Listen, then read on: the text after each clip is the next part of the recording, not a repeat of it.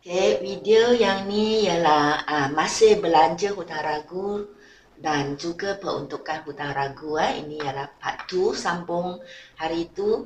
Dan hari itu cikgu terang sampai tahun kedua saja. Okay, hari itu cikgu kata syarikat tu dia mula mengira peruntukan hutang ragu, anggaran hutang yang tak boleh dikutip pada tahun pertama. Okay, jadi tahun pertama, lepas tu cikgu explain macam mana nak record sampai tahun kedua saja. So, hari ini, video yang ni cikgu nak explain untuk tahun ketiga. Okay, so tahun ketiga sama juga, dia masih ada baki because dia sudah mula 2 years ago kan. Jadi dia inilah imbangan tuga dia. Tahun pertama ialah 1998, then 1990, then yang ni lah 2018, then 2019, jadi tahun ketiga ialah 2020. Okay, so as I said, tiap-tiap tahun jumlah yang hutang adalah berbeza kan. So for tahun ketiga katakan jumlah yang hutang daripada akaun belum bayar ialah 10,000, sudah kurang. Sebelum tu tahun kedua ialah 15,000 kan. Jadi untuk tahun ketiga kita andaikan yang jumlah yang hutang kepada company itu hanya 10,000, telah kurang daripada last year. Dan ini dia PHR, peruntukan hutang ragu bagi yang last year. Bagi yang ni 750 dari last year, erti dia last year anggaran yang tak boleh kutip ialah sebanyak 750. Dan dalam video yang tu cikgu kata kita anggapkan akaun PHR ni sebagai satu laci, drawer where you keep the money. So last year you already keep 750. Okay, so how about this year? Every year you have to adjust. Drawer, money inside the drawer ni, inside the account PHR ni, dia tak tetap. Okay, always change according berapakah ABT tu, akaun belum terima tu. Okay, dia akan berubah dan nilai dalam drawer anda akan berubah mengikut nilai jumlah yang hutang tu. Okay, so yang ni company masih kekalkan polisi 5% daripada jumlah akaun belum terima mungkin tidak boleh dikutip. Mungkin saja So pengiraan dia, anggaran jumlah yang tidak dapat dikutip pada tempoh perakaunan yang ketiga ni iaitu berakhir pada 31 Disember 2020. So 5% of this jumlah yang hutang kepada kita. So it's 10,000. 5% of 10,000 you kira akan dapatlah 500. So erti dia 500 ini akan menjadilah baki anda ke bawah untuk your this account, your drawer, your account PHR tahun ni. So last year you 750, this year you only need 500. Okay, so bagi PHR pada tahun lepas ialah 750, yang diperlukan inside your drawer you need only 500. Jadi you sudah ada lebih money di inside your drawer 250. Okay. Tengok sambung. Kalau baki baru PHR tahun ni, baki baru dengan 500 ni lah you baru kira kan. Is a baki baru for your PHR for this year. Last year 750. So kalau baki baru PHR tahun ni kurang daripada baki PHR tahun lepas. Okay, so keadaan ini kita panggil sebagai pengurangan hutang ragu. That means you expect to be 750 yang tak boleh kutip. Bila you kira only 500. Jadi seolah-olah you sudah untung 250. That means apa yang you expect tu sudah jadi kurang. Okay, sudah kurang 250. Jadi ini seolah-olah you macam sudah ada hasil extra lah. Wow, suddenly only 500 yang tak boleh kutip instead of 750. So ini satu berita is a good news, right? So kita anggap ini kita akan record sebagai hasil. Walaupun not really that you get the money. Okay. Then yang ni lagi, kalau paki baru PHR adalah lebih tinggi daripada paki PHR yang tahun lepas. Seperti contoh video yang sebelum ni, cikgu kata dia sudah menjadi lebih tinggi. Daripada 600 suddenly become 750. Okay, untuk tahun kedua. So, maka perbezaan ini dipanggil sebagai belanja hutang ragu. Seperti apa yang cikgu sudah terang pada tahun kedua video sebelum ni. So, kalau dia sudah lebih tinggi daripada tahun sebelum, daripada tahun lepas, so mean you have to add some more money inside your drawer. Rugilah. Okay, that mean lebih banyak lagi yang tak boleh kutip. So, ini satu kerugian. Okay, you tengok ni.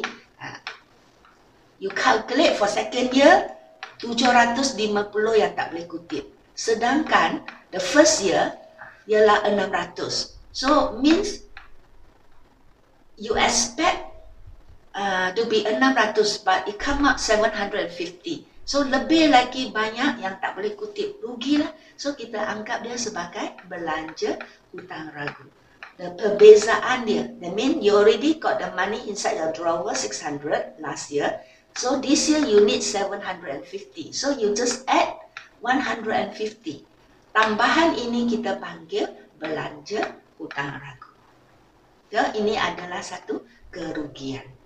Okay, walaupun dia not really you take out the money. Ini anggaran saja, tetapi as I said, kita mematuhi prinsip konservatisme.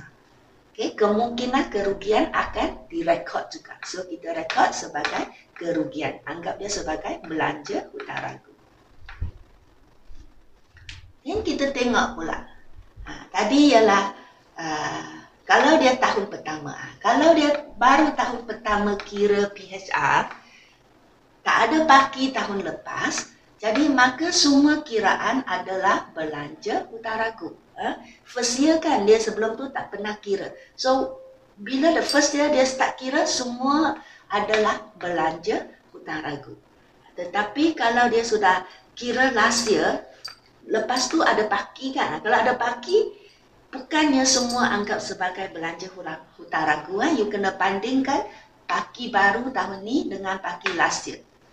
Only first year tak perlu banding. First year apa yang you kira itulah belanja hutang ragu.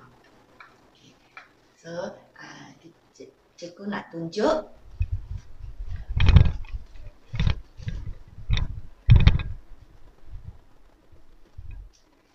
cara nak rekod untuk tahun 3, iaitu dia sudah menjadi lebih rendah, paki dia menjadi lebih rendah daripada last year. Okay, berlaku pengurangan hutang ragu. So, kita pun bukalah akaun pengurangan hutang ragu kerana dia sudah kurang kan. You expect to be like last year 750. So, suddenly you this year only about 500 saja yang RM500 saja tak boleh kutip. Jadi, seolah-olah you sudah untung. Okay, so kita rekod di sebelah kredit. Kita buka akaun pengurangan hutang ragu, rekod di sebelah kredit, anggap sebagai hasil.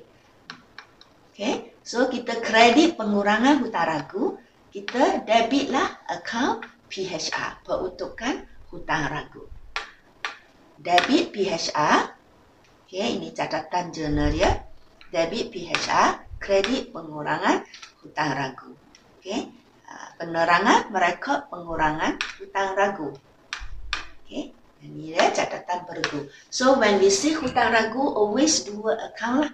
Either belanja hutang ragu, kalau dia sudah kurang, we call it pengurangan hutang ragu, tetapi account PHR always ada. Okay, jadi kalau dia pengurangan again, debit PHR, kredit pengurangan hutang ragu. Jadi kerana dia seolah-olah macam hasil, right? Apa yang tak boleh kutip sudah kurang, satu berita baik, seolah-olah sudah untung. So, kita rekod sebelah credit side. Jadi, dia akan hantar. Lepas tu, kita tutuplah akaun ni, hantarlah ke akaun untuk rugi. Kalau ini kredit, bila hantar, debit lah. So, this account will be 0. Okay. kita hantar, kita debit this account, dan account untuk rugi akan kredit lah kerana dia hasil. Okay, kita tulis pengurangan hutang ragu 250. Dan lepas tu, kan cikgu kata bila kita kira baki itu, when you kira berapa yang tak boleh kutip for this year, 5% out of 10,000 kan, so dapat 500, cikgu kata itu ialah baki for this year, so itulah baki hantar ke bawah, so you letaklah. Okay, baki hantar ke bawah, so you see 750, baki hantar ke bawah 500, perbezaannya ialah 250. Okay, so the baki hantar ke bawah akan menjadi baki bawa ke bawah this year dan akan dibawa ke next year lah. Okay, so baki ini nanti akan ditunjuk di PKK. Okay, cara merekod di PKK. PKK artinya penyata kedudukan kewangan. Di dalam penyata kedudukan kewangan, cikgu sudah ajar, dia adalah satu senarai menunjukkan aset dan liability kita. Jadi, akaun belum terima kan aset kita kan, orang yang hutang kita ialah aset. Jadi, dia adalah aset semasa. Jadi, kalau adanya yang tak boleh kutip, kemungkinan tak boleh kutip, dia juga akan erti dia, akaun belum terima kita actually sepatutnya lebih kurang. Okay? Because di dalam penyata kedudukan kewangan, we have to show the real situasi, seperti susun nilai. Kita adanya peruntukan susun nilai terkumpul, kita akan tolak kenderaan, the asset in PKK. So samalah, akaun belum terima ialah aset. Jadi dia adanya kemungkinan tak boleh kutip, kita kena tolak to show the real yang boleh kita kutip. So ini dia tahun 3. Tadi cikgu kata tahun 3 kita anggap dan tak boleh kutip 500 kan. So kita tunjuklah di penyata kedudukan kewangan pada this third year, 31 Disember 2020. Cikgu hanya tunjuk aset semasa sajalah. So aset semasa akaun belum terima.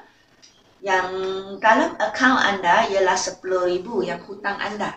Tetapi kita sudah anggap 500 tak boleh kutipkan for this year. So, kita kena tolak PHR. Okay, yang baki hantar ke bawah, yang dia sudah kira tu. Bawa ke sini. Okay, PHR, tolak yang ni. Jadi, kita akan show the real situasi of our account belum terima.